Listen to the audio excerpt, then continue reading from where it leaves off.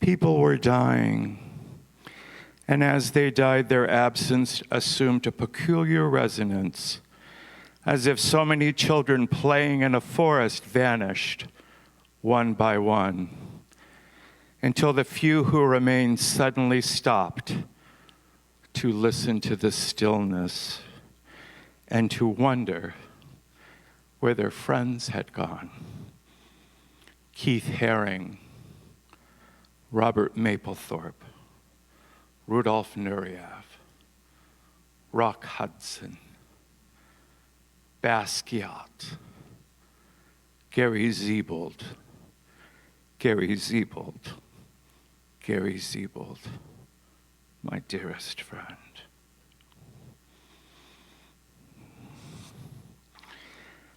As we begin, we would invite a moment to breathe together.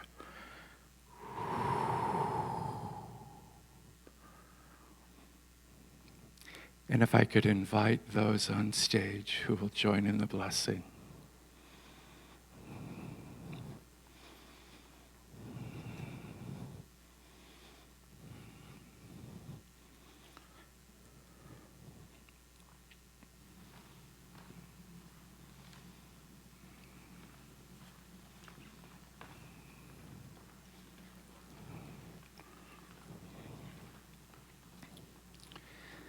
Between each blessing, a singing bowl will sound.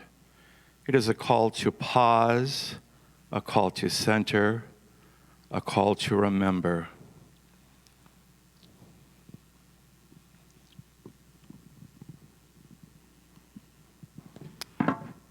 We begin with remembrance. For every life touched by the AIDS epidemic, those who fought, those who cared, those who survived, and those we ache for still. We name the artists whose voices filled galleries and whose absence created silence. We name the friends carried through hospital doors. We name the partners who held vigil. We name the chosen families who refused to let one another disappear. Let this space hold what our hearts cannot always speak aloud. May memory be a blessing, and may blessings bring us strength.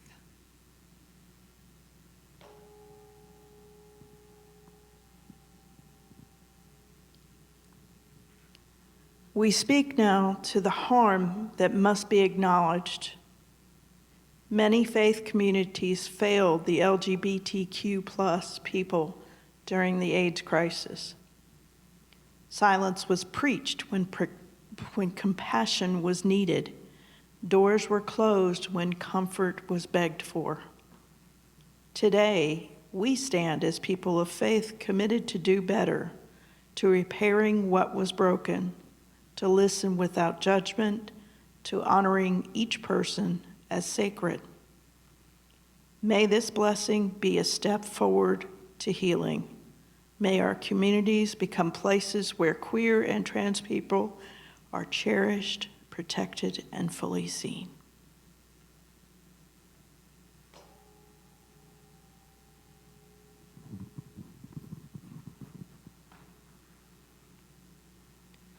We bless the caregivers and the advocates, the nurses who held hands, the clinic directors who fought systems, the doctors who stayed longer than their shift, the organizers who marched, and the families who refused shame. We remember those who treated when others turned away, those who built clinics in countless cities, those who demanded research, treatment, and dignity. Their labor saved lives. Their courage changed history. May we continue their work with clarity and conviction.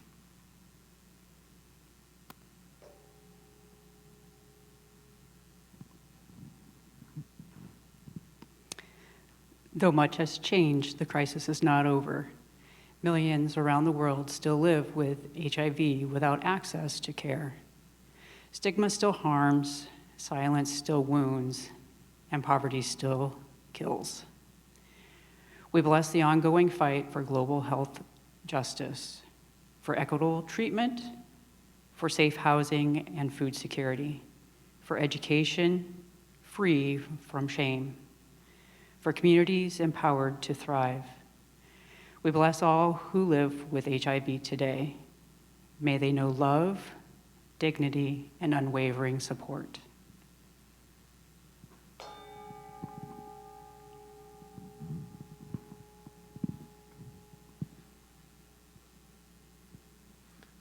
We bless queer joy, the joy that survived funerals, the joy that defied shame, the joy that built new worlds from sorrow.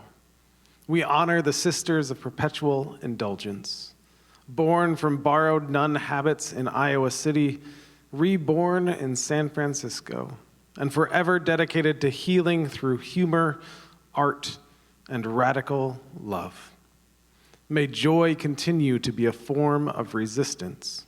May laughter remain a sacred practice. May we refuse to hide our brilliance.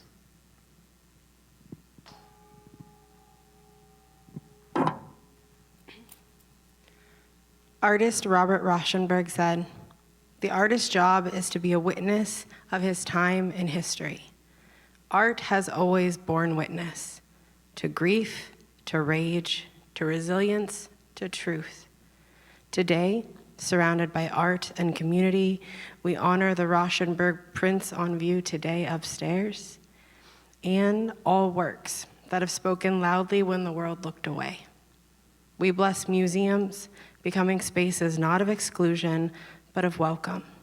For every person who once thought museums were not for them, may this space affirm, you belong in beauty, you belong in community, you belong here."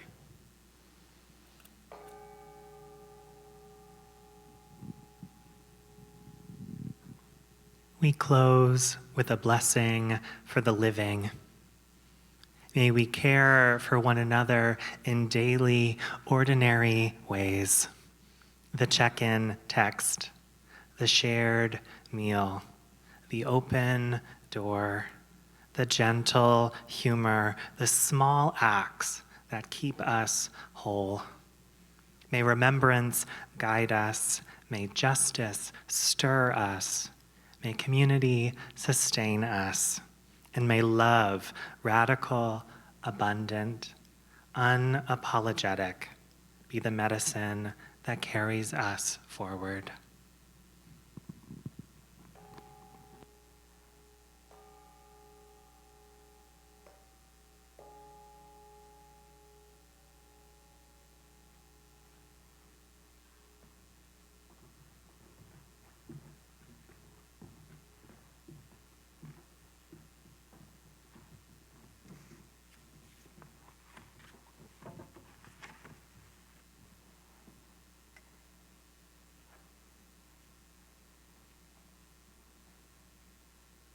Thank you so much.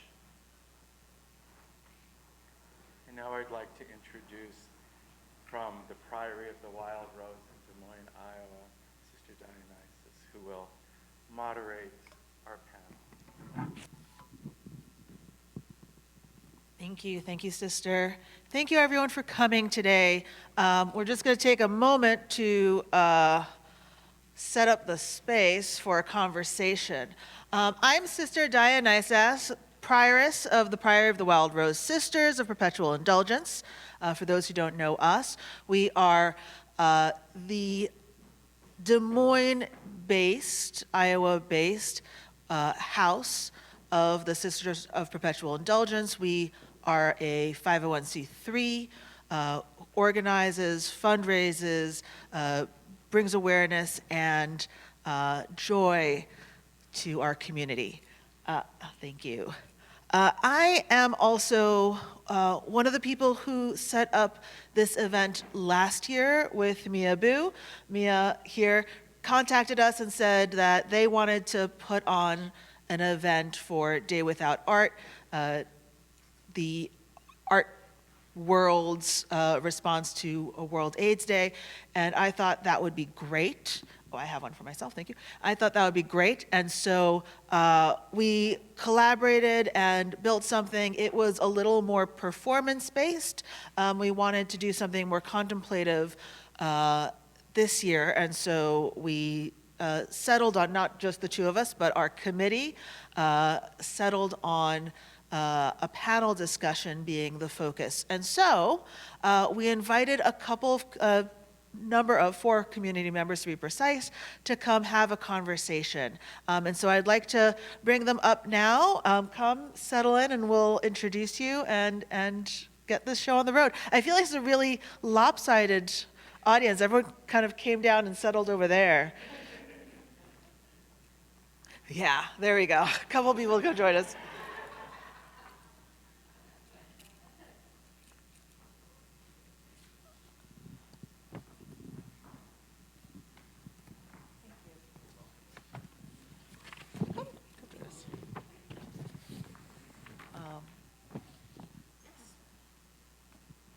You want to test that out, Gary? Hear me? Yes, they can. It's on. They can. We're migrating sisters. Well, you are part of MAPI. That seems appropriate. Missionary sisters, as they are. All right. So I would like to welcome to our panel Gary Moore, Becky Johnson, Michael Raven, and Marissa McCunis. Oh, good. Gary Moore is a proud gay man who started his coming out journey in 1968 after hearing the word gay for the first time. He is a Vietnam vet who has worked over the years as a psychiatric and medical social worker, staffed a governor's planning council for developmental disabilities, was self-employed for 7 years, and worked 30 years as a bartender at the Blazing Saddle before retiring. Gary headed up Iowa's contribution to the International Year of Disabled People in 1981, helped chair the All Iowa AIDS Benefit along with David Vitrito for over 20 years, was on the board of the First Friday Breakfast Club for 15 years, which has distributed over $550,000 in scholarships to high school seniors for continuing education. Gary has also organized a birthday club for the last 20 years and is a member of the Prime Timers of Central Iowa, a social group for mature gay men. Michael Raven is Iowa Bear 2023 and winner of the 2023 Jason W. Hall Spirit of the Bear Award at World Bear Weekend. Michael is active with the Capital Bears of Central Iowa, a social group raising money for charities in the area. He has served as secretary, vice president, and president of the Capital Bears, has volunteered for the project at Primary Healthcare, participates in Team Friendly, which is a stigma fighting organization, and works to, and I've lost, he does a lot. I've lost track here. Has volunteered for the project at Primary Healthcare and works to raise awareness of the stigmas associated with HIV, AIDS, and STIs. Michael enjoys spending time with family and his menagerie of friends. He loves movies, cooking, baking, and working in his yard. Marissa McCunis, originally from San Jose, California. I also am a transplant here from San Diego. But sorry, that's enough about me. Marissa, originally from San Jose, California, moved to Des Moines at age 30 with her husband, Mark. Together, they raised 4 sons and a daughter. Marissa holds a master's in counseling from Drake University. Marissa has worked as a counselor and licensed mental health therapist in a variety of community settings. She is currently employed by Lutheran Hospital and specialties. Her specialties include substance use, grief and loss, and trauma. And Becky Johnson is a nurse practitioner and HIV specialist accredited by the American Academy of HIV Medicine. She has been working with people living with HIV in Iowa for nearly 25 years in various roles. She is currently the clinical director of HIV, STI, and hepatitis services at Primary Healthcare, where she provides HIV specialty and primary care to over 700 people living with HIV, as well as prescribing HIV PrEP and PEP, pre- and post-exposure prophylaxis to prevent new HIV infections. Becky also provides gender-affirming care, including hormone therapy at Unity Point's LGBTQ clinic. So thank you to all of you for joining us.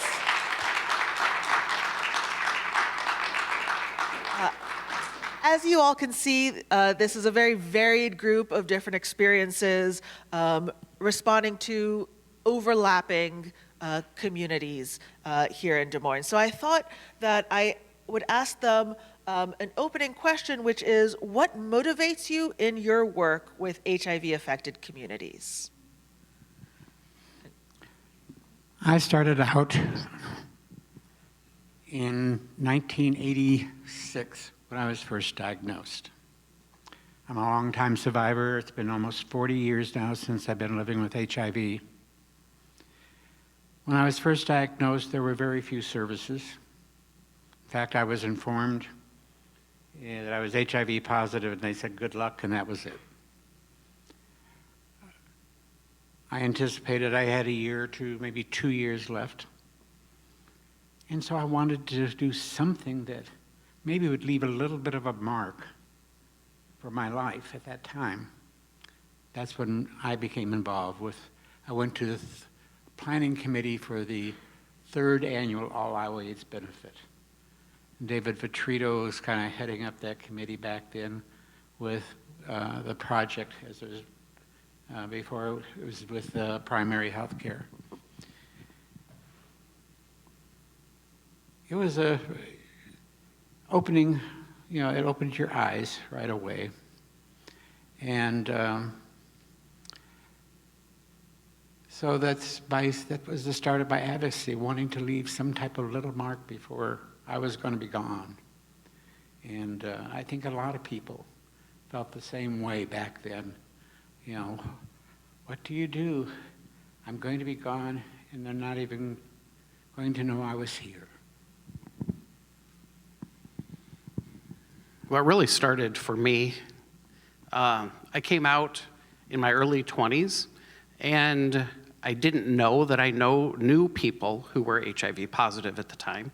And that was, I want to say 1996 or 7 or so. And I didn't know that I knew them. I had a roommate that I did not know that was HIV positive. Then I became HIV positive in 2007. September 22nd of 2007 is when I tested positive. I know the exact date and where I was, everything about that.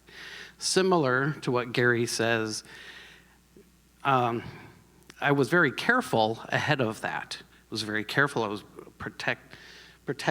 wearing protection when I was engaged in sexual activity. I'm trying to say it nicely. And then I became HIV positive, and that started some self-destructive behaviors.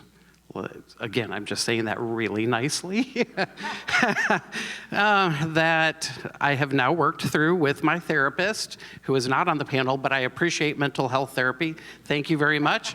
That is because maybe I don't do that quite as often, but like Gary, what can I do to give back so that others don't have to go through what I went through, that don't have to go through the self-destructive behavior ahead of time? So that's really what motivates me to be who I am, live my authentic self, and talk about my journey and what I experience as someone who's living with HIV and now in my 50s. So, and going on almost 20 years, so. Hi, I would say that that I've chosen my field, and the reason, or what motivates me to continue working with the people that I do work with, whether or not they are HIV positive or they have mental health diagnoses. I really enjoy watching people regain a sense of positive self, increased self-esteem, finding purpose, being happy in life. And so, I love that. So I feel very grateful for my job. And that's kind of in a nutshell, I would say. I have to get my notes. So I've always been inspired and motivated by the community of people living with HIV and the community of people that love people living with HIV. And I rewatched How to Survive a Plague this weekend to kind of gear up for this. And it's just it's an amazing documentary about the early days of the epidemic and how everyone came together, coalesced, and fought like hell to get anything. And it really set a foundation for where we are today. And there's a quote from, there's a quote from that film I want to share with you. Bob Rafsky, who is a person living with HIV and an AIDS activist, said, "The question is, what does a decent society do with people who hurt themselves because they're human? People who smoke too much, who eat too much, who drive carelessly, who don't have safe sex. The answer is that a decent society does not put people out to pasture and let them die because they've done a human thing."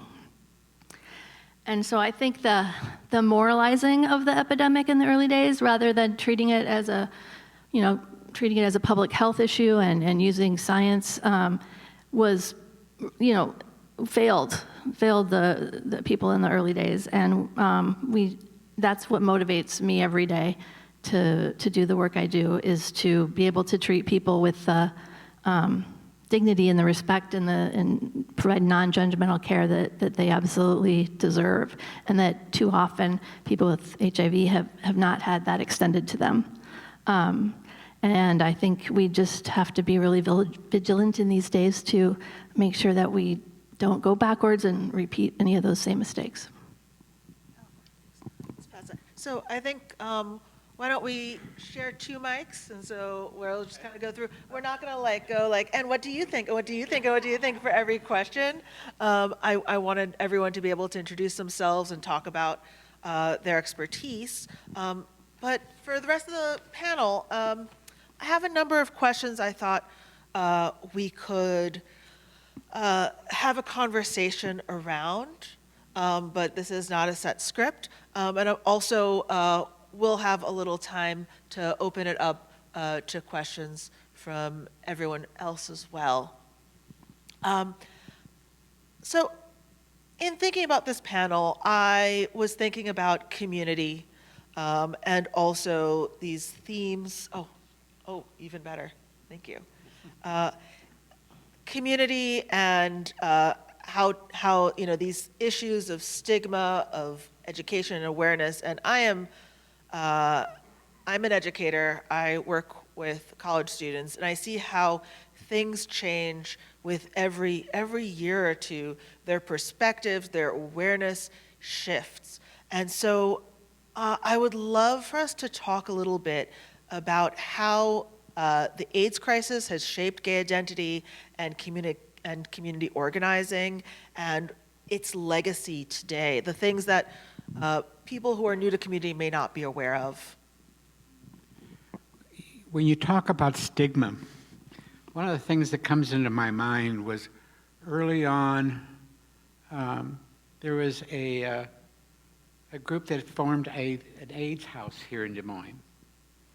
And it was for those people who were, it started out with AZT. AZT was very rough on a lot of people. Very few people could tolerate it.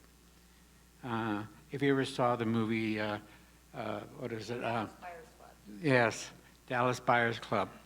In fact, I had a friend when I started taking AZT. I was diagnosed a year before AZT came out.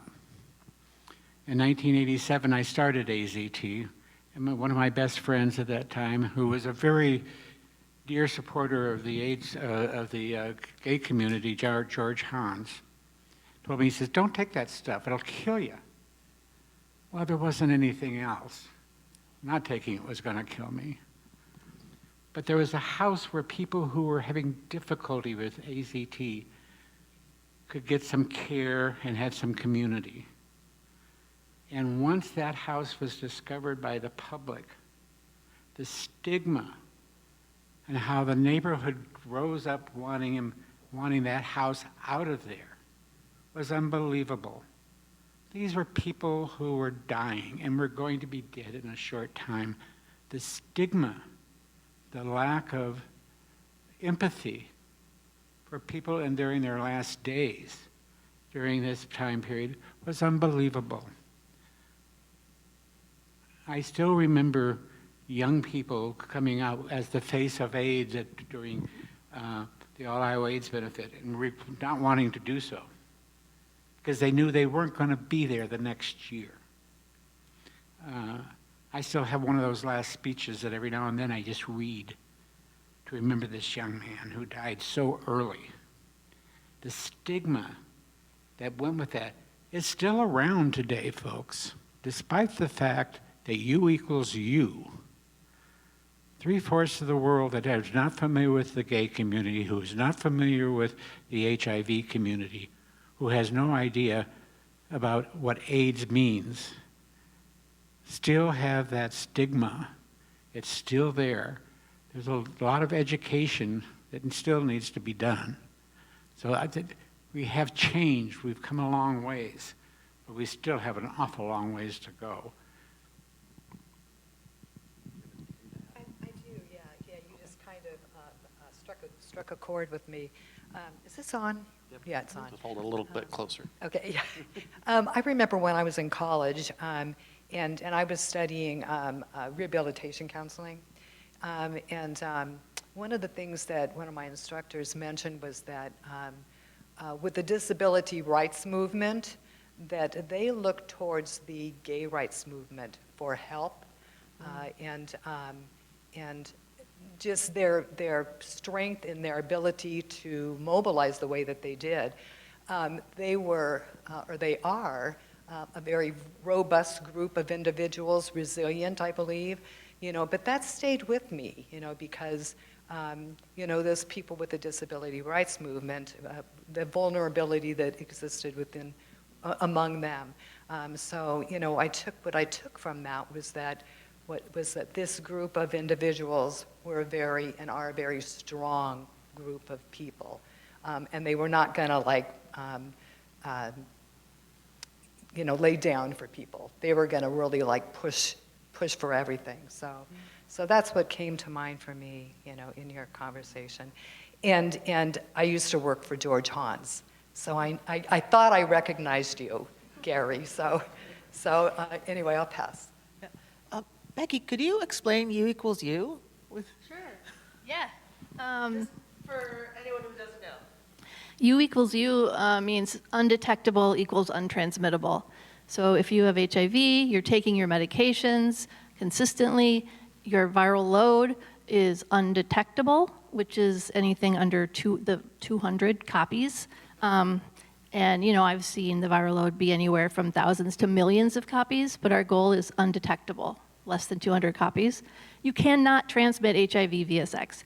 Not like it's a low probability. There is no probability. The CDC, says it's no risk of transmitting HIV through sex if you're undetectable. And going back, Dia, to your original, how has AIDS shaped the gay crisis? I want to first speak about the role women played in the AIDS crisis and lesbians. There's a reason the L in the LGBTQIA is first. The role that women played in the AIDS crisis is crucial. From paying for funerals to sitting there while someone died because their family just turned their backs on them. So keep in mind that it wasn't just gay men who were going through this. the entire community, LGBTQIA community. And if it weren't for women in the community, I don't think a lot of gay men would still be here.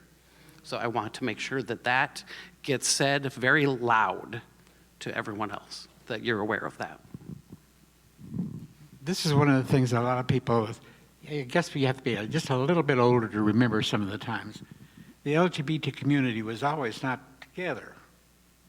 You know, there was men's bars and there were women bars, and never the twain shall meet.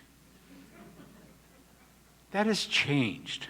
All you have to do is go down to the Blazing Saddle or the Garden today, and it's a different world. Everybody is there. The LGBTQ community is there. It's no longer just the men and the women.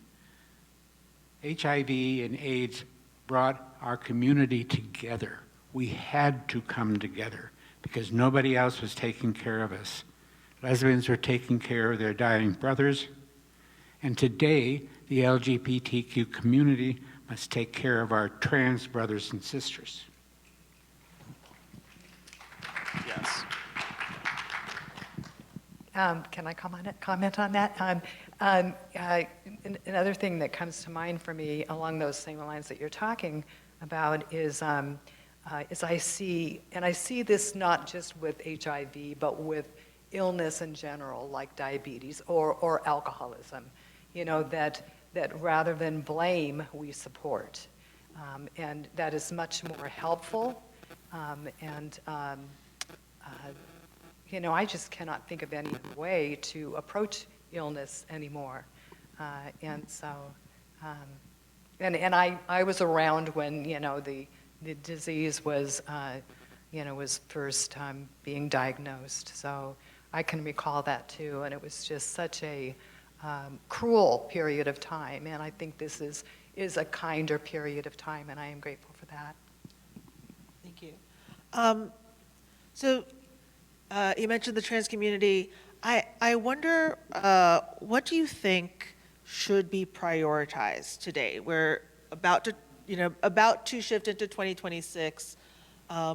Thinking about our community as a whole and the smaller fractures of it, what would you like to see us prioritize?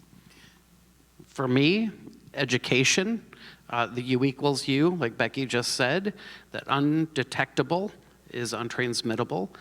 You don't have to be afraid to interact with someone who is HIV positive in any way, shape, or form. And it's okay to ask those questions. That when's the last time you were tested? Know your status. Make sure that you are keeping up with your medication.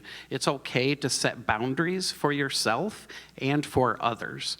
That I expect that you know what if you're a sexual partner, not just random person, but that you have been tested regularly and know what your status is. And if there is something, unsafe behavior, that you've taken the steps to correct that. So that's something that I would want to talk about more and get out there for everyone.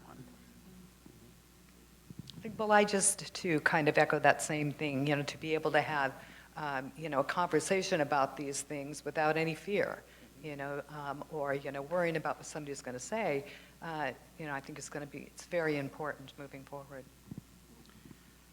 To me, the biggest enemy we have is prideful ignorance. Mm-hmm. Those people who are ignorant and they're prideful with it. It is difficult to confront that. But what you have to do is you have to continue to be able to tell the truth. Use science. Science and truth is our best friend. And when we run into prideful ignorance, we need to be prepared to tell the truth. We cannot leave prideful ignorance, we cannot let it stand. And if you are not willing to confront that, then we will continue to have the problem grow. Well, speaking of science, we're going to ask you, Becky. I do want to know what you think we should prioritize, but also I'm curious to your thoughts as far as our current shifting landscape, people's access to healthcare, that being a major concern right now. Do you anticipate this being an increased problem for your community, for the people you're serving? Yeah, unfortunately. So I think a priority should be, addressing health disparities and inequities. And I think there's some questions on that, which I can talk a lot more about if you'll allow me. But I think that has to be a priority. Is access for everyone to the specific individualized quality care that they need. And there's an HIV care continuum or a care cascade where there's like so many steps to achieving viral suppression. And you have to first be diagnosed, second be linked to someone who is knowledgeable, to a healthcare provider that has knowledge about HIV and can provide that quality care. And then you have to go to that appointment, and then you have to get your blood drawn, and then you have to get prescribed a medicine, and then you have to take the medicine or come in for the injections, and then you have to keep doing that every single day for the rest of your life. And so it's a big lift, and there's a lot of hurdles and a lot of barriers to get through all those steps. And a lot of that has to do with inequities. And so helping people move through those steps is key to success. I have prideful, ignorant friends and family who say, why would someone not take their meds? That doesn't make any sense. That's stupid. Like, why wouldn't I do that? And it's like, it's a heavy lift to get through all that when you add on shame and stigma and poverty and lack of transportation and on and on and on and on. It's a daily reminder, taking that medication, it's a daily reminder that you have something that cannot be cured. So that plays into some mental health then also.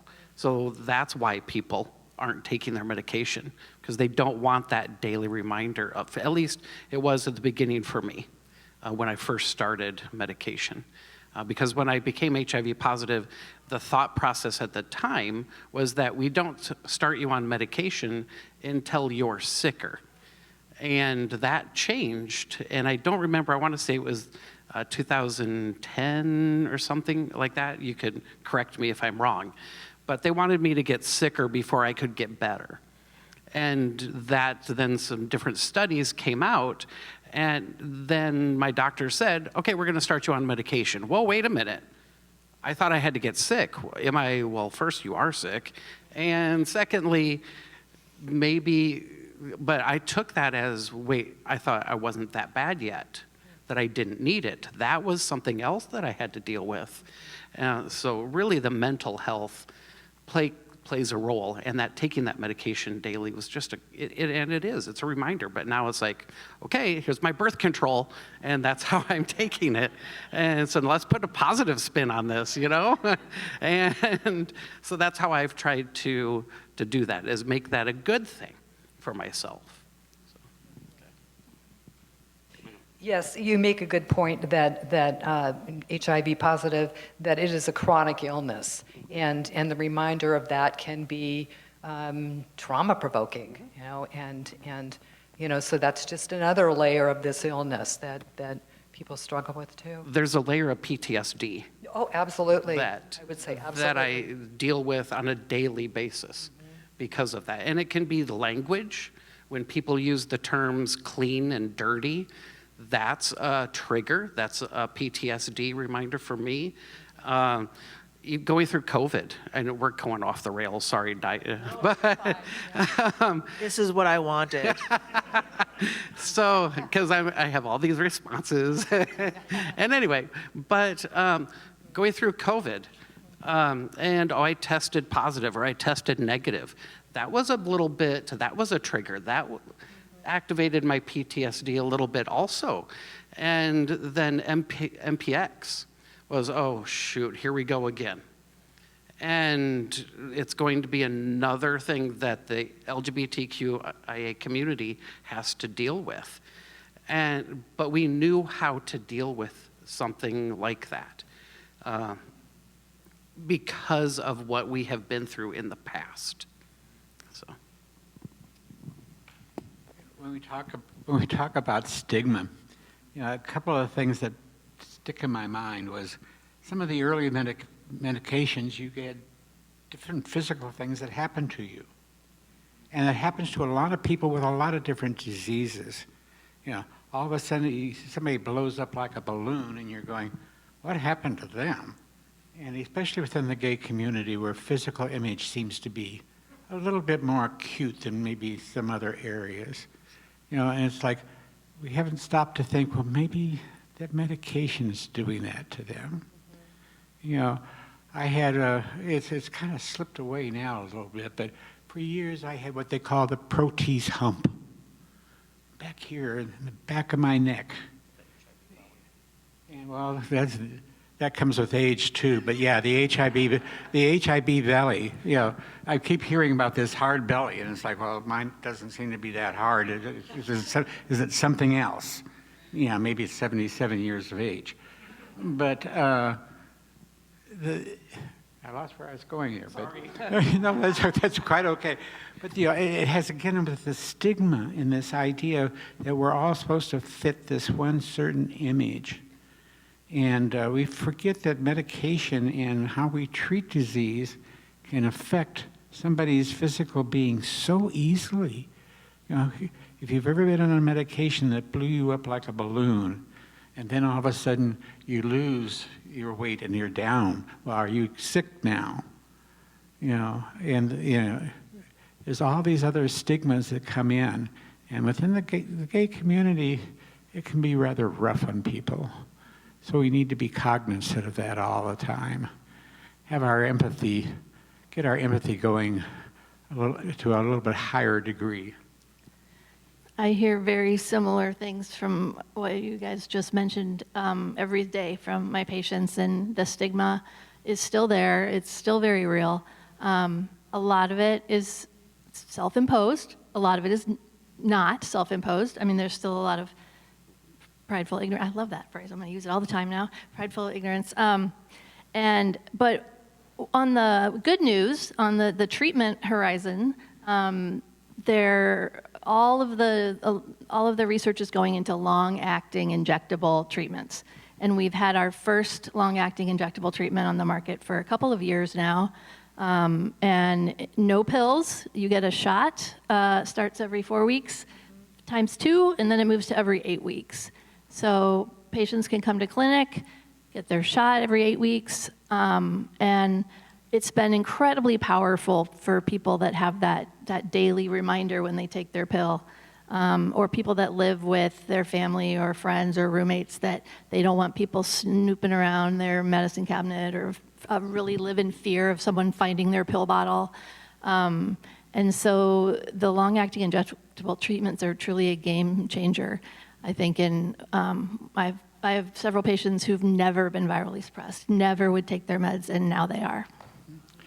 Something that a lot of people, maybe mental health, you could comment on this, is the idea of survivor's guilt. Right, and that's something that I, in my research, I've learned more about that too. Especially, it's interesting because now, like with you, Gary, a lot of those individuals who first got AIDS, first got HIV, they were very young, but now they're aging. And so these young people who are HIV positive don't have, I don't think that survivor's guilt is quite the same, where you saw a lot of people pass away.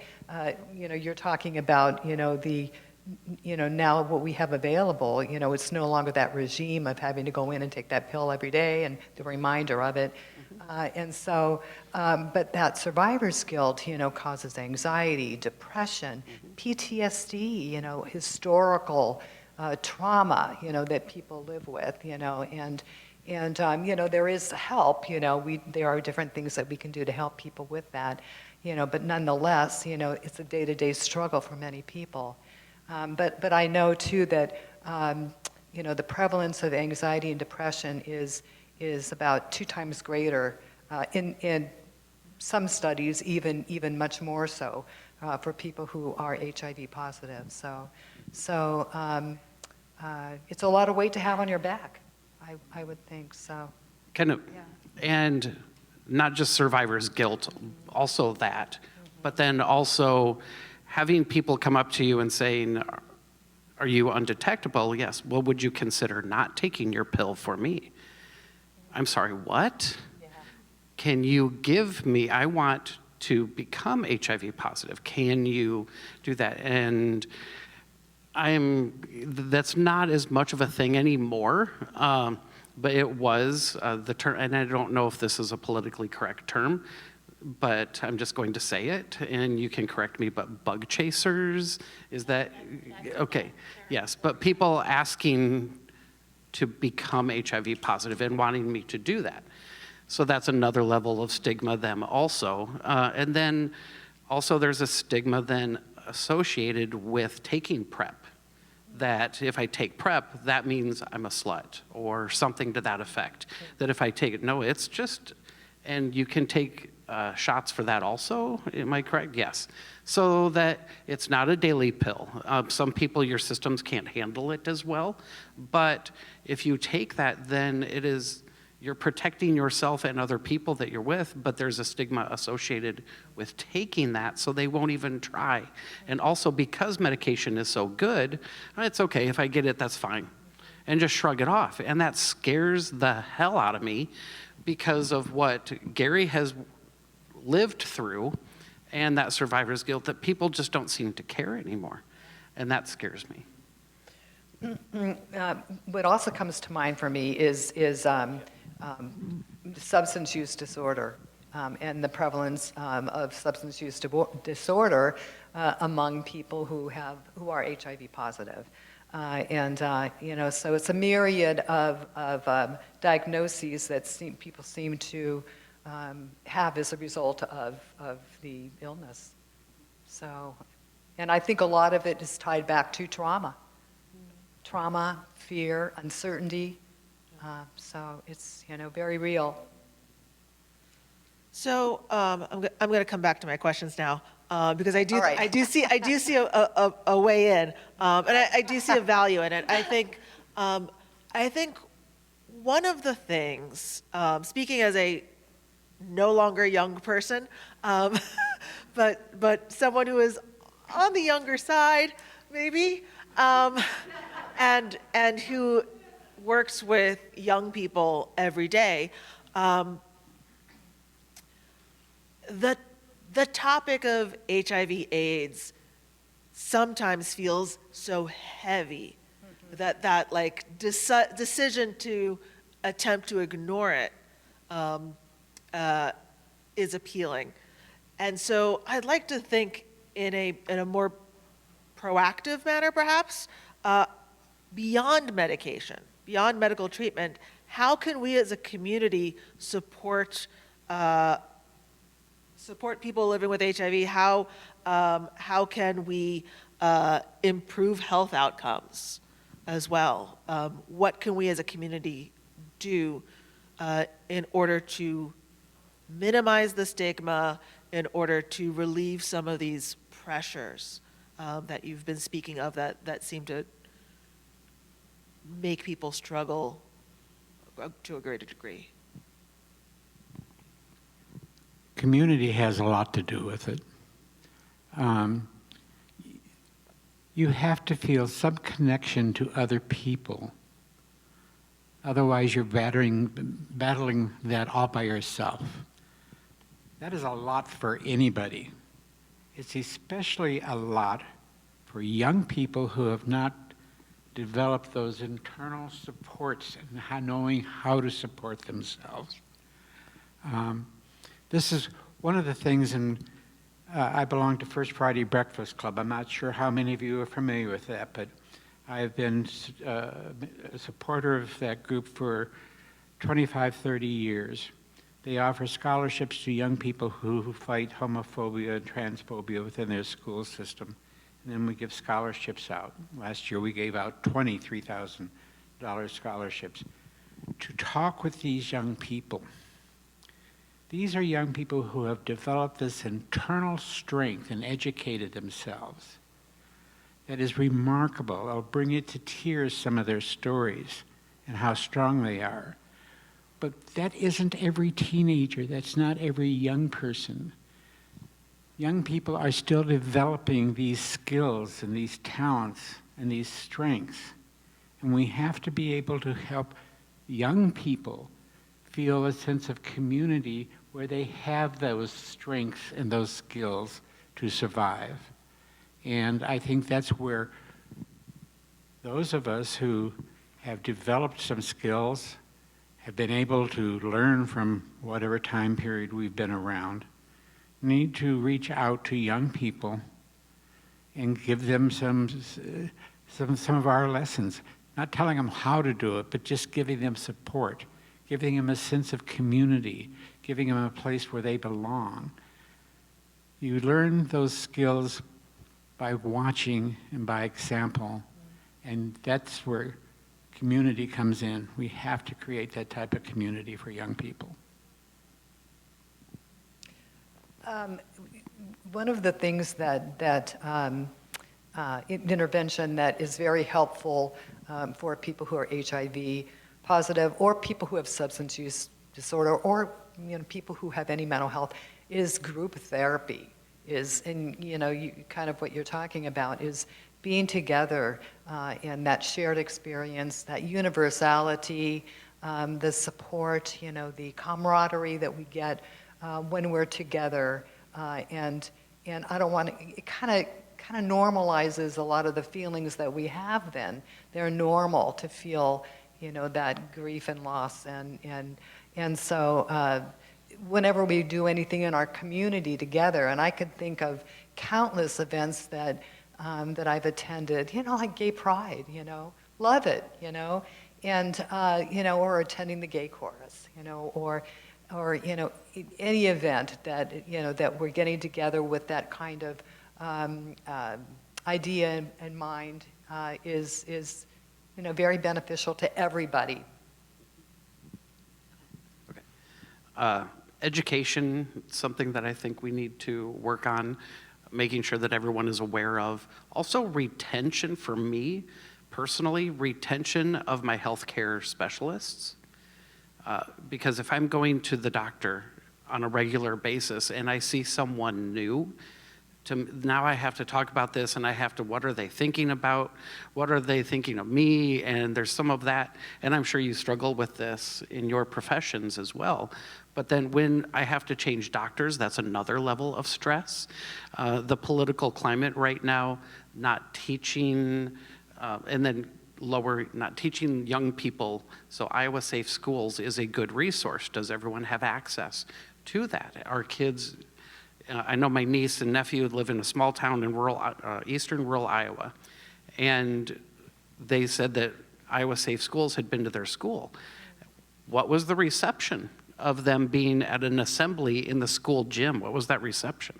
And my niece, who happens to be bi, and was a senior at the time, says, well, a lot of people made fun of them.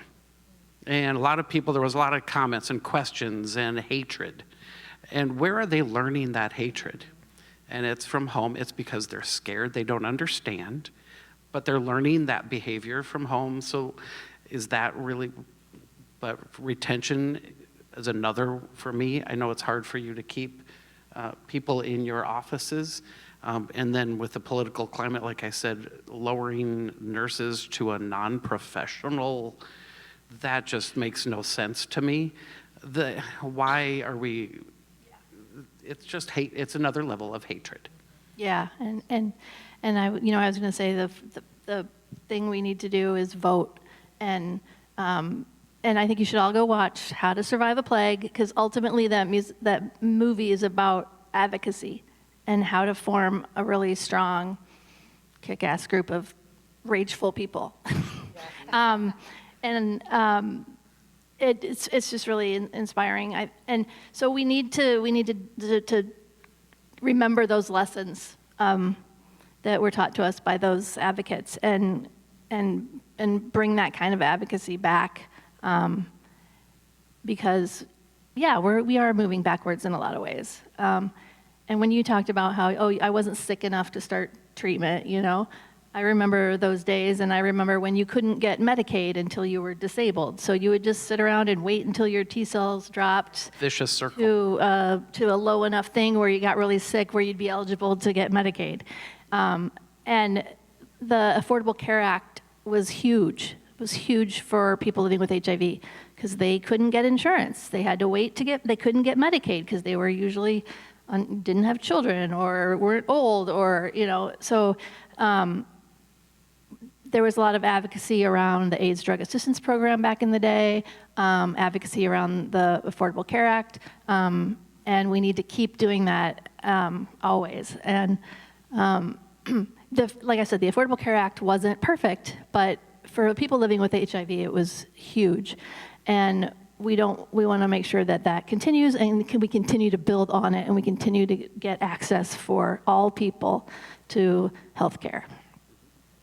Yes. Expanding Medicaid. Yep. Medicare. It's really a right. We have a right to health care. Yes. We have a right to be sick. Yep. Yeah. We have a right to be. Going back to, now I lost my thought, so never mind. We'll just go on from there. Well, the question was, beyond medical treatment, how does community support affect health outcomes for people living with HIV? That was the question. So, but you lost your thought still. I did. Okay. Community, being together. This is therapeutic. Yeah. And this is not medical based. So you're seeing people interested and learning. This gives me hope, and it's beyond medical treatment. Yeah. So thank you for being here. Could you just talk a little about Team Friendly and what you do, what they do? I will say I know about Mr. Friendly, Team Friendly, from having encountered some representatives at New York Pride in 2015 or something. And I haven't seen that much activity, but I thought they were phenomenal. Yeah, so you're really testing me here, so yeah. And I should know more about all the exact dates and all of the. Team Friendly was started in, I want to say the 90s, by a gentleman named Dave Watt. Dave Watt was Mr. Wisconsin Leather, and his platform was education and bringing erasing the stigma associated with HIV. And that was his platform when he went to International Mr. Leather, and he created this organization at the time called Mr. Friendly. He then has changed that to Team Friendly, and also not just erasing the stigma associated with HIV, he's also working towards the stigmas associated with people who are not cisgendered, and working with them and erasing any stigma associated with that. So he's changed his platform a little. There is an organization here in Iowa that there's a Facebook group that is not me that was started. It's a little stagnant. I'm wanting to get that started, and I'm having doors shut in my face. So I contacted Dave and said, who do I talk to? What do I do? And he said, start your own group and change the name. So, and he goes, I'm behind you 100% and let's do it. And I said, okay. So I've contacted some friends. So he sent me a box of all sorts of toys, not that kind of toys, but stuffed animals, but pins and things like that, just to swag. Yeah, thank you, Becky. Yeah, so some swag, but also a stuffed animal, and also things to hand out. So now my next step is starting a website, becoming the current group does have, is registered with the Secretary of State, so trying to get that changed and go through those motions. So I'm going to be relying on some of my friends out there to help me with that. Hint. She's up there covering her face. So yeah. So that's a little bit. Does that explain it? Okay. Absolutely. I think the stuffed animals and the imagery, the kind of the iconography, makes it unique because it creates some playfulness and ease around, positive, negative status, as opposed to this like medicalized kind of stigma. If you see the symbol for team friendly, it's a plus and a minus with a smile, with the closed, what's that, hyphen?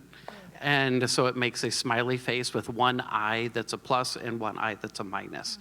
So if you see that around, that is representing team friendly. Okay, so you don't need one. I should have brought a bunch more swag, but. I have room for pins. Okay, I will get more pins.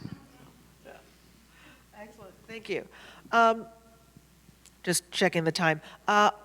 Let's talk about hope. I just want to make sure that we talk about hope before we kind of open up to a larger conversation and our panel. What gives you hope about where we are right now? I would say our ability to talk about these things.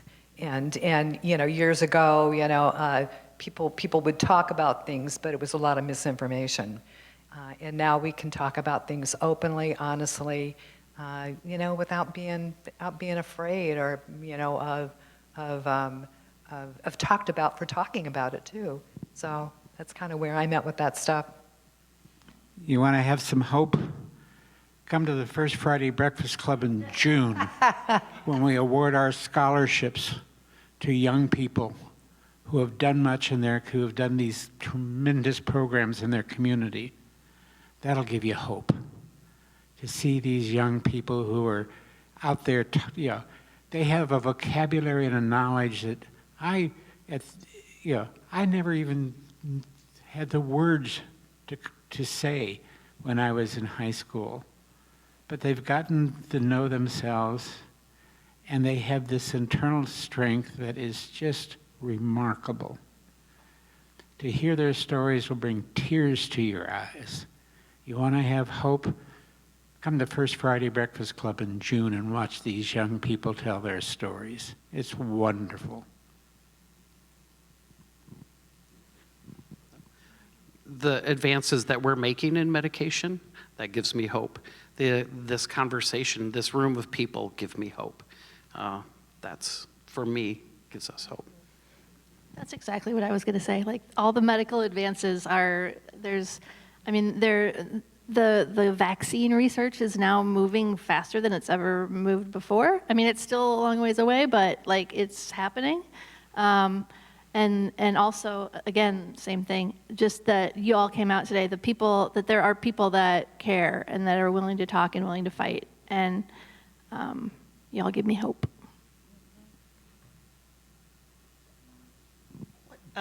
If you can answer, I'm curious to know more about, like, what is the status of these vaccine trials? Oh, sorry.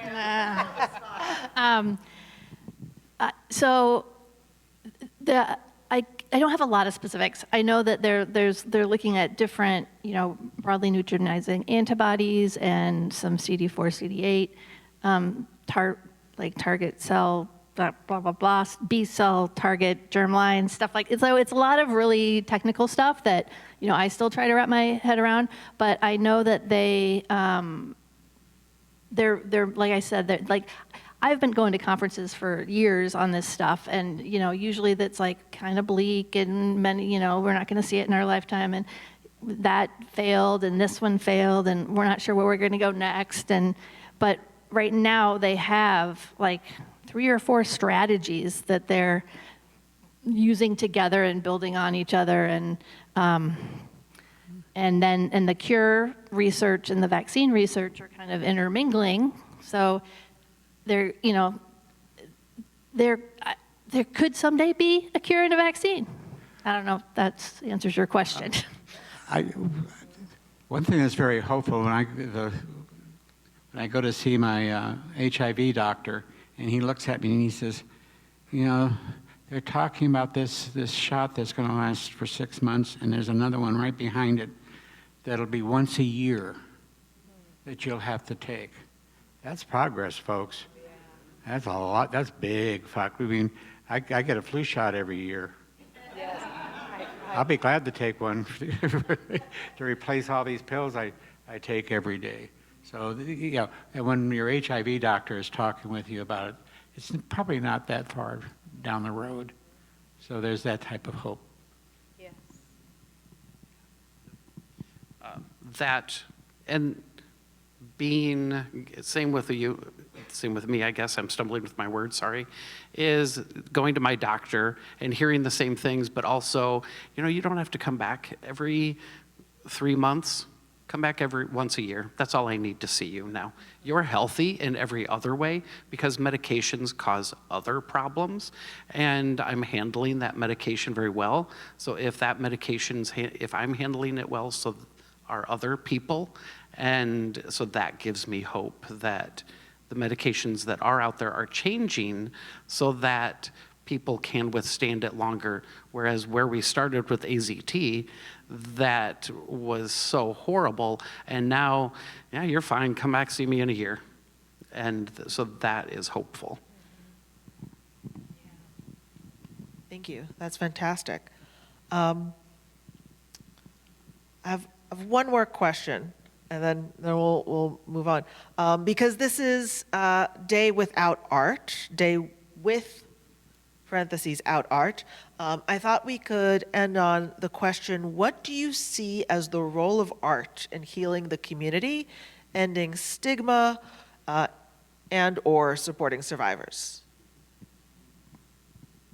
I know you're not artists, it's okay. I'm just asking. So what do I We're at a see museum. What do I see with art? It starts a discussion. It starts the conversation for everyone.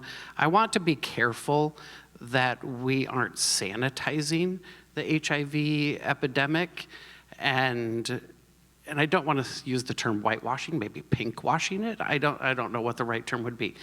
But that when you see photos of someone laying in a bed surrounded by their chosen family dying, who have the sores all over their body, that was real. That was lived experience for people.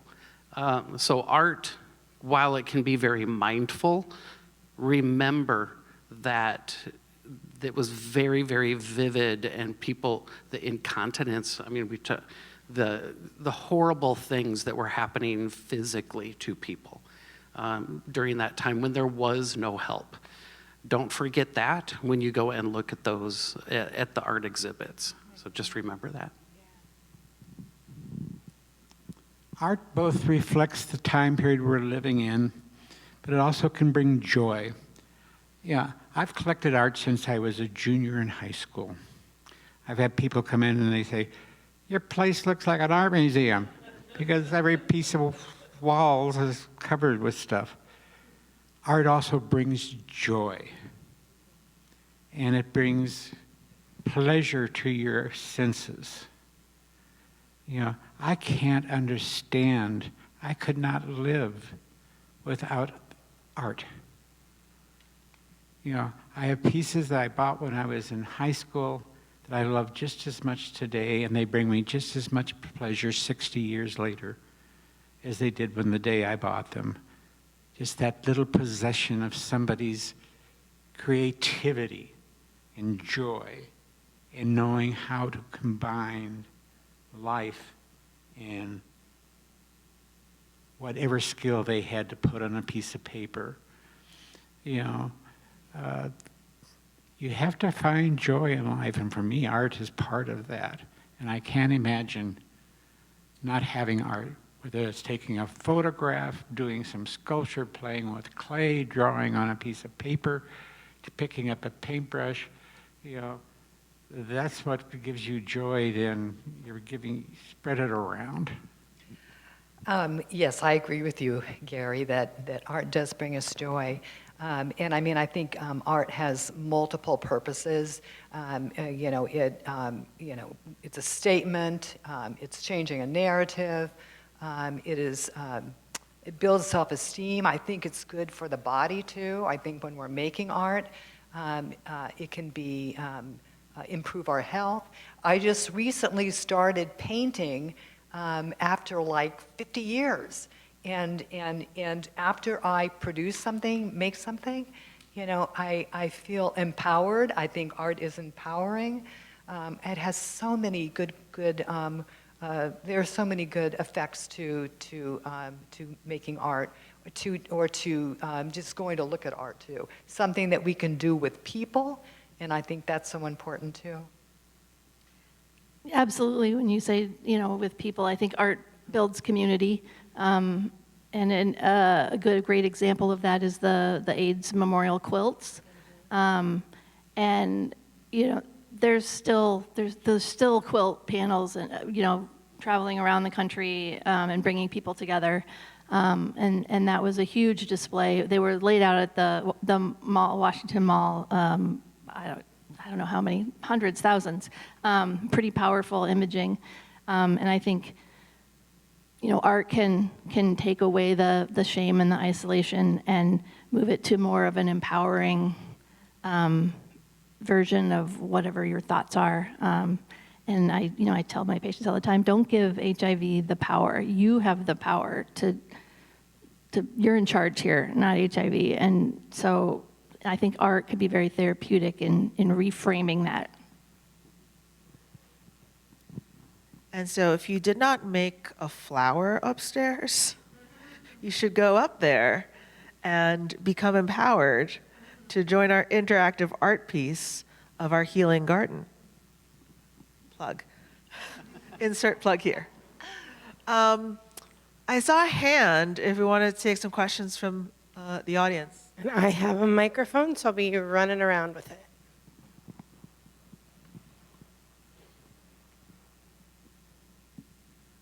I think what brings me hope is the quilt. And from its very inception and beginning, it did an incredibly powerful thing. It created empathy and compassion for the whole nation, not just for the people creating it, but for everyone. And when it was displayed in Washington, D.C., it even was more powerful and still is today. That is art from individual people creating loving memories of their loved ones, and I think there was nothing more powerful in art than, believe it or not, the craft of quilting. And I know that the Des Moines Art Center has recently had a quilter here, and that was a wonderful thing to do. I'm looking for hands. I see one over here.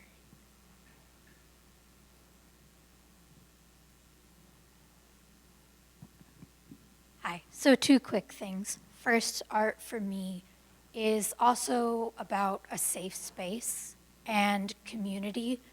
When I see a piece and I see what other people may be going through, it lets me know I'm not alone in the world. It gives me someone to relate to understand that whatever we may go through in this world, we're not alone. And I know that when I was younger, looking at art pieces, it was that way to find joy, to find community, to have a safe space, to transport you somewhere where you felt more welcome and more loved. And I think that is very important. And I think if we didn't have art in this world, it would feel a lot more alone for a lot of people. Also, I have a question for Gary and Michael. Michael, you were saying that you will never forget the day or time and everything that was going on the day you were diagnosed.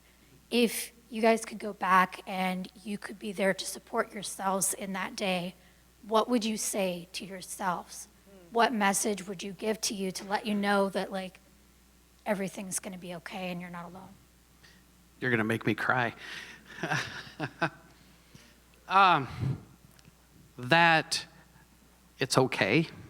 You'll be okay. You're gonna have some bumps in the road, but hang on and enjoy the ride. And maybe don't make some of those self-destructive behavior decisions, but it's okay that you did. That was part of the experience too. It's okay, we are human. You said that same thing, Becky. And it's not the end of the world. It's not a death sentence, especially now. That's what I would say to myself. I'm not sure what I'd say to myself. You know, I've learned so much by being HIV positive that I wouldn't have learned if I'd been something else. This is the world I had to face, and I'm not sure what else I would have done. I would have missed some very special experiences if, you know, when my mother, you know, asked me whether I was HIV positive, and I had to give her the affirmative. And I remember her saying, "And we will get through this together then." That, you know, those moments, you know, I wouldn't have had if I wasn't. So I'm not sure what I'd, you know, there's no way you can change the way things have been. You just have to make the best of it. And I've learned a lot because of that. And I'm very lucky to have been one of the longtime survivors. Thank you for that question. That was good. Yeah, that's good. And Gary, I understand what you're saying. I think some of these like real huge, big deals in our lives, you know, while, you know, in many ways they've been very painful, you know, but we got to go through and experience some really profound stuff. And so I liked your response. My therapist said something to me that, to build on, you know, we had to go through it. Yeah. And she said something to me about, that's okay that you went through that. Let's close the door on that experience. It's a glass door. And it's okay to go back and look through it and look at it, but we don't need to go back and experience that all over again. So it's okay, we'll close that door, move on, and go forward with that. And that was pertaining to something else that had, something large that had happened in my life. But I relate that to a lot of other aspects in my life too. That it's okay that happened, you got through it, close that door. Yeah. Don't shut it into this box and let it bottle up, but move on. I think we can grow from our adversity. Thank you all for your insights so far. I'm wondering if you could compare and contrast something about our present political moment to your perspectives with the AIDS epidemic. One of the, I think, most common like tropes around the queer community that we're seeing in our current political climate is around framing transness, gender transition, transidentity as a social contagion. And to me, you know, as you know, amateur historian, I'm often interested in the way in which the idea of protecting the figure of, you know, childhood innocence or you know, of protecting children in general becomes mobilized and weaponized in battles often around queerness. And I'm wondering if you can see any parallels to how this idea of transness as contagion, that is, that there is a trans epidemic going on that is being bandied about in right-wing press and stirring up stigma. If there's similarities to how the AIDS epidemic was presented and framing around gay and lesbian people. Basically, I think most people have no idea what they're talking about. You know, we have this idea that somehow we're not sexual beings. I'm sorry, I had sexual dreams at the age of 5. You want to pretend that children don't have sexual feelings. They're not sexual feelings in the way that adults have. Of course not. You know, but they have thoughts about these appendages that we have. They have thoughts about what do you do with this and that. And that's just natural.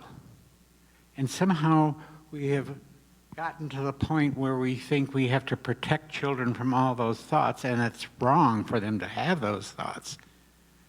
You know, rather than to listen to them and try to understand what it's about. You know, if a child has these feelings that they're more akin to a sex opposite than what they're presenting as, then listen to them. You know, our sex education is still so poor for most people that it's just pathetic. And to sit there and develop these stupid ideas about how it's contagion and that young people are these pure of heart little angels all the time. That's not the real world. They're sweet, they're children. They're not thinking like we do. So don't put our thoughts into their heads. You know, I do think there are a lot of parallels as far as, you know, it took a long time, I think, to convince people that, you know, being gay wasn't a choice, that it was who people are and at their core, and that there's nothing wrong with that.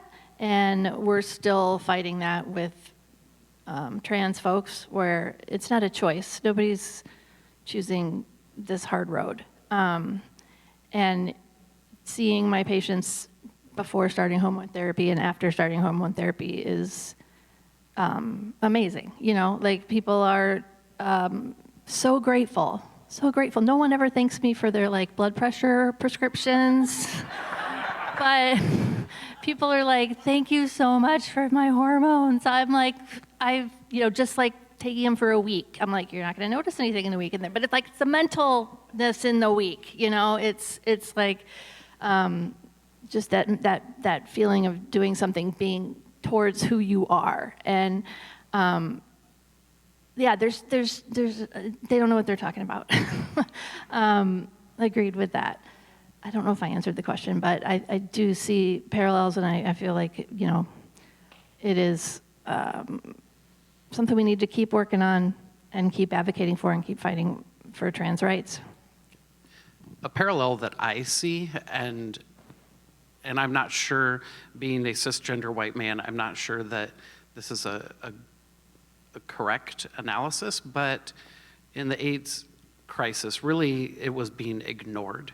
And there was a lot of misinformation in the 80s, early 90s about that. And the education was that it's the gay disease or the gay cancer, that type of thing. And it wasn't until Ryan White became HIV positive and a young person, I can't remember how old he was, died of HIV, that 18. He was 18, was he? But he was in his teens when he had a blood transfusion. And he wasn't the stereotypical gay man that everyone thought, oh, that's fine, just let him die. He wasn't that same person. That changed a lot of people's minds. So that's something now with the people who are not cisgender, who are dealing with this, are we going to see something change the same way? I don't know, but hopefully there's more education around that, because as we talk about it more and there's more education and there's more people talking about, yes, I was assigned this at birth, but I don't feel that. And what does that mean? Then we can go on from there. So something's got to give. I don't know what that is, and hopefully as we keep talking about it, more people will understand that just because this is what you were assigned doesn't mean that that's how you feel on the inside, and that's okay.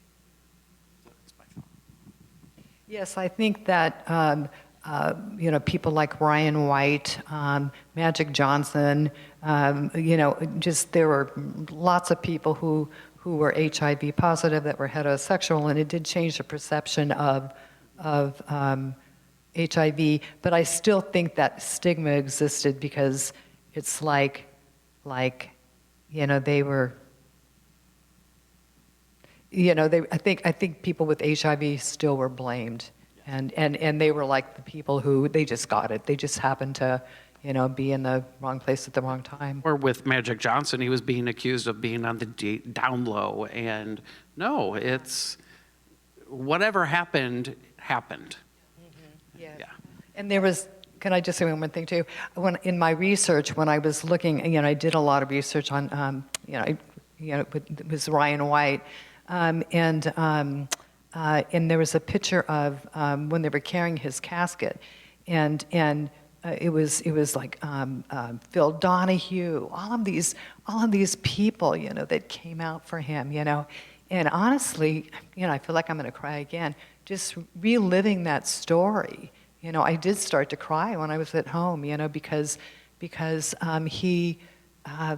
It was just such a terrible thing, what happened. What you talked about it earlier, I think, just about how people were so cruel to him, and it was such a cruel time. But we're here now, Thank God. I think things have improved from 25, 30 years ago. So, yeah. As a historian, maybe more than amateur, but this isn't my field specifically.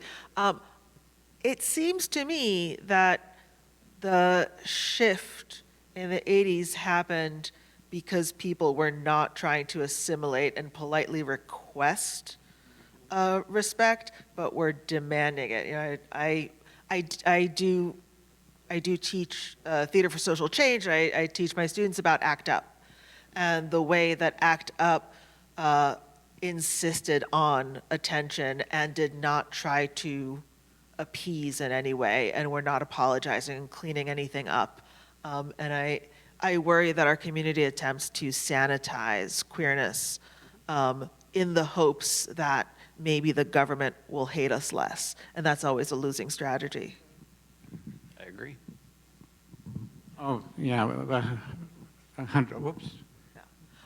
I loved the reminder that even in living memory, there was a time when the alphabet mafia was not like a united bloc, that there was this time when lesbians and gays and trans and queer people were so siloed in our own communities. And that, in some ways, the battle to fight AIDS made our community look for unlikely allies in the fight. And I'm wondering, in your work now, as you think about the fight against trans people or the continued fight for healthcare access, are there any unlikely allies that you can think of right now that you work with who you're like, I wouldn't have expected that they would be on my side, but on this issue or on this fight that I'm upfront to now, they're in my corner. I'm looking at all of you in the front row.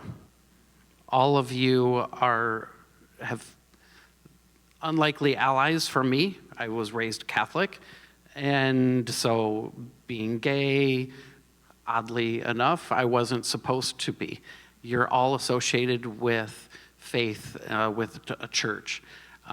So that's something to me that it is an unlikely ally. Maybe not for everyone, but it is for me. So you are all unlikely allies in my mind. So thank you for being there and for being who you are and supporting. Not pressuring you. Okay, well, I am mindful that it's now 4:02 and we are already over our time. And this has been just such a thriving, generative conversation. I hate to end it, but we must. I'm already in trouble. So thank you, Gary, Michael, Marissa, and Becky. And thank you, and thank me.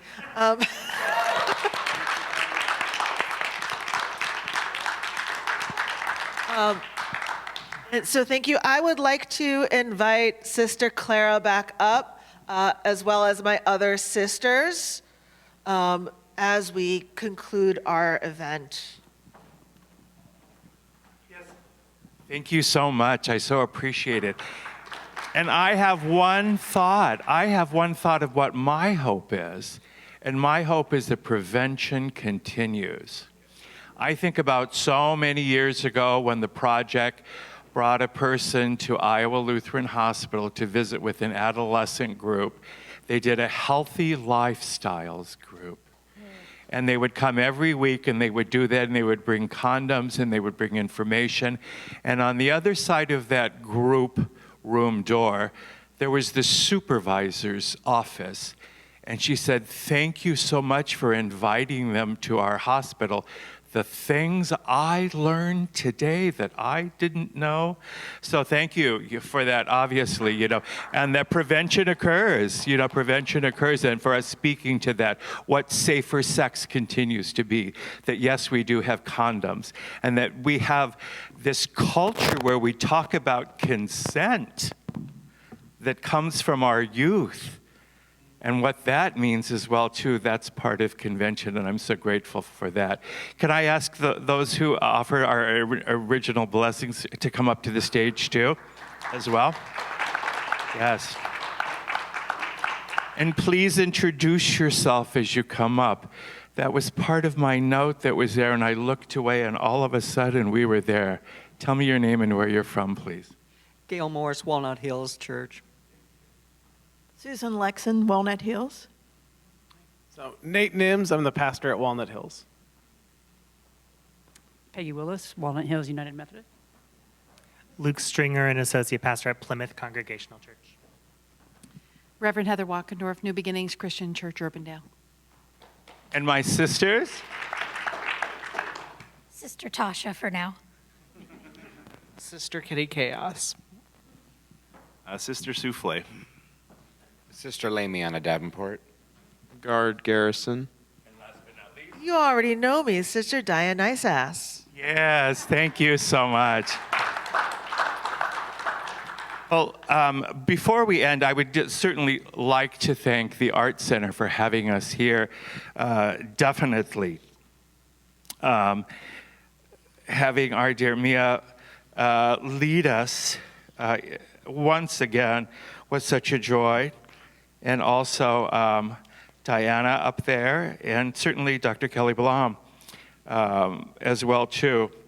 Which brings me up to one more thought, and that's just the fact that we are in this place, this sacred place, where we can come for free. And we can access that art that is so amazingly healing. This program and the programs that I recently was at when I was with the Gay Men's Choir that came here, they come because people are members of the Art Center as well, too. And I suspect that there's a price point for everybody in this room if you're not a member of that.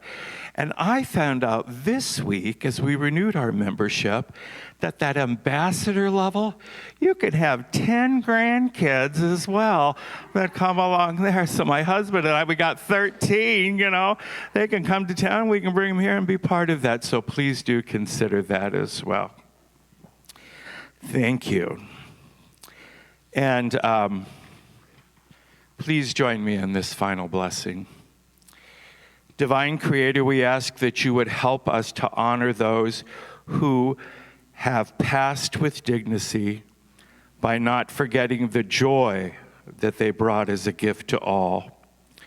Let us dig deep, center, and dedicate ourselves to the work before us so that once again this horrific virus will cease to claim lives. Let us once again demand that our leaders support the health of all. Let us remember that silence equals death and that our voices are fueled by the power of those we call ancestor. Blessed be. And I would share with you what my guru shares with me as an old nun these days. He said, "You woke up.